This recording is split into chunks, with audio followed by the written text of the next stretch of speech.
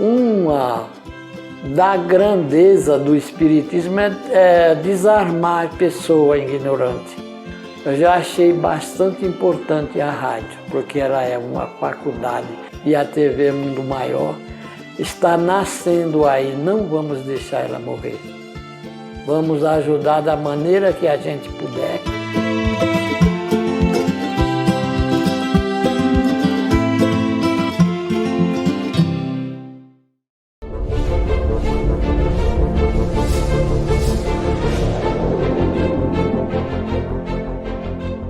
Olá, meus queridos irmãos da TV Mundo Maior, nossos queridos telespectadores.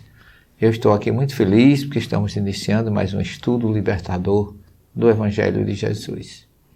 Queria dizer da minha alegria de estar contando com a audiência de vocês, que são, na verdade, vocês são o motivo de estarmos aqui.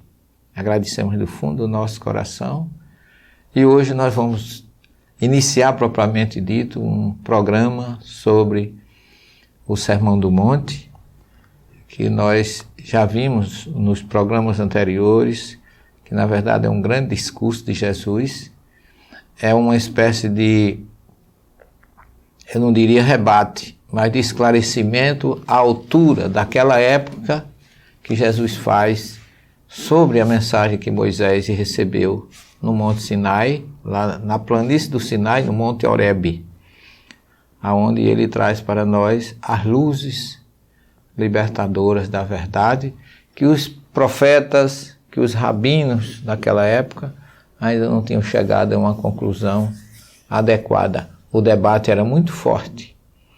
E Mateus coloca Jesus na montanha, ou no monte, ali às margens do mar da Galileia, numa situação muito bela, e ele estabelece um impressionante contraste entre o discurso que havia acontecido no que se conhece com Satanás, entre aspas, tentando ou testando Jesus na montanha, e aí esse sermão é pronunciado às margens do Mar da Galileia, num dia de sábado, como já vimos, porque a sinagoga não cabia mais gente.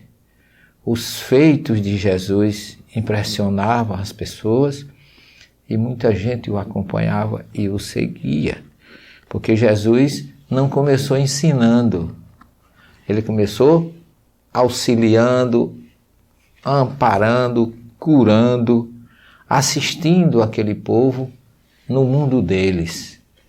Ele não tinha escritório, não tinha galpão, não tinha casa, ele simplesmente levava Deus para as pessoas aonde elas estavam.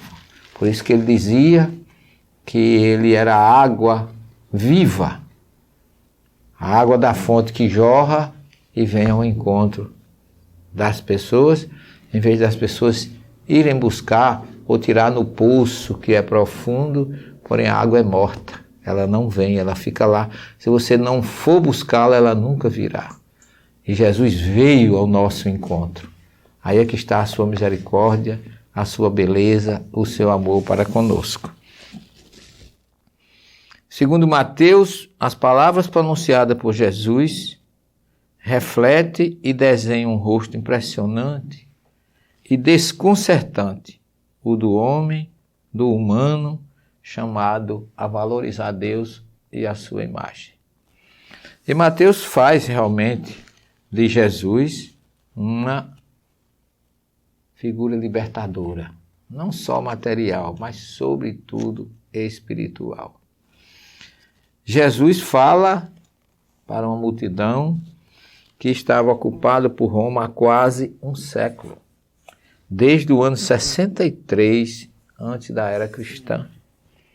E em 65, enquanto os chineses se instalavam no Turfã, Pompeu lança sua ofensiva contra o Cáucaso. Ele conquista a Síria em 64. Cícero é cônsul, enquanto César, com 35 anos, é eleito grande pontífice em 63. Essa situação histórica é para que a gente se situe, porque neste mesmo ano de 63, Pompeu intervém na Judéia e organiza a chamada província da Síria, que ficava ao norte da Galileia, desde então tributária de um império que ocupará, quando Augusto toma o poder no ano 31, quase toda a margem do Mediterrâneo, desde a Europa, Grã-Bretanha, ao Mar Negro, ao longo do rio Reno e Danúbio. Na África, todas as terras habitadas que margeiam o deserto, notadamente no Egito, tomada aos Ptolomeus.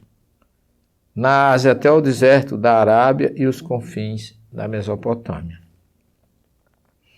Uma administração vigilante se apoia em um exército impiedoso, treinado para esmagar tudo que ele resistisse, como em Cartago ou Corinto, destruídos em 146, em Atenas, tomada em 86, ou na Galiléia, dominada depois dos massacres de Gênabo e dos cercos de Avicário, Gergóvia e Alésia em 62. Então nós temos uma situação de invasões de poder e a Judéia não escapou disso. A Judéia, a Samaria e a Galileia foram também conquistadas e, na época de Jesus, eram colônias romanas dominadas diretamente por Roma, desde a morte de Herodes, no ano 4 a.C. Herodes o Grande, aquele que mandou matar as crianças de 2 anos abaixo. E aí a gente observa que Jesus nasce, cresce, vive sua infância, sua adolescência num clima desse. Num clima de enlutados, órfãos, viúvas, escravos, oprimidos. E uma coisa que eles não entendiam. Se o profeta Isaías falou que para Deus não há acepção de pessoas, como poderia Roma fazer o que estava fazendo com eles? O povo tinha uma fome e sede de justiça, como Jesus cita nesse sermão, pela sua igualdade, pela sua liberdade, pela sua condição de viver como povo escolhido de Deus, que era o que e ainda é o que eles acreditam hoje. Não poderiam ficar à margem nem oprimidos como estavam. Então eles esperavam de Jesus um discurso todo de vingança, de reação, de revolta, mas Jesus, ao contrário, ele muda. Esse discurso, que era o que o povo conhecia, do olho por olho, dente por dente, um discurso de perdão, de amor e de ação inversa, e não de reação. Por isso que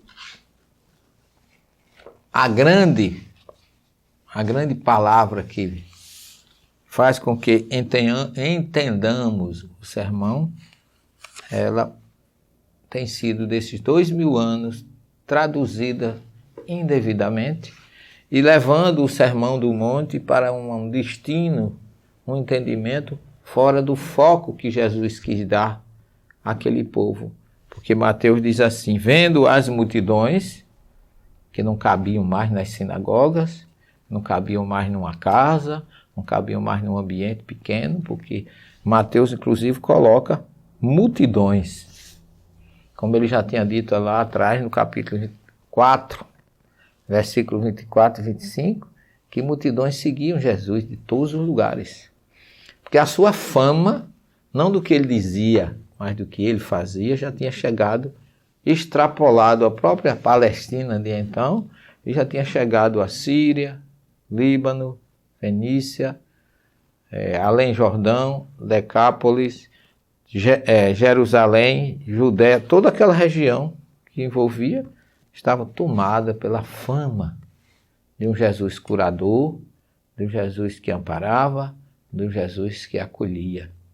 Até aí, ninguém conhecia seu discurso, não havia discurso. E Mateus diz que quando ele vê esta multidão, ele sobe na montanha.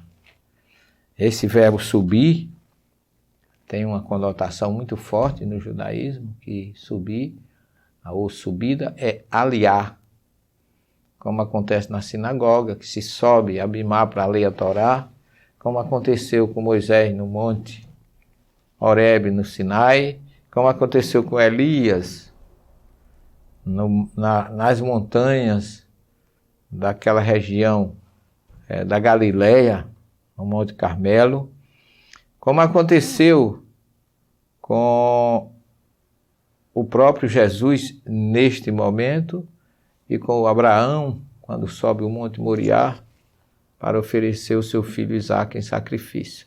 Então Mateus, que era judeu na sua conotação de entendimento sobre subida e descida, ele diz que Jesus sobe. E aí ele já vem trazendo a condição que ele queria de apresentar às pessoas, não um mundo material oprimido como os romanos faziam, nem um mundo material de sofrimento que eles estavam passando, nem um mundo material de injustiça, de luto, de escravidão, mas um mundo de libertação que Jesus chama de Reino dos Céus, que é como já se encontra lá no Êxodo, no capítulo 15, versículo 18, onde diz que o Senhor reinará para todo sempre. E o livro dos Salmos também descreve que vamos sendo grande rei sobre toda a terra, como está lá no Salmo 57,5. Versículo 5. Dito essas considerações iniciais, nós vamos fazer um breve intervalo e retornaremos num minuto para a segunda parte do nosso programa. Não saiam daí. Até já.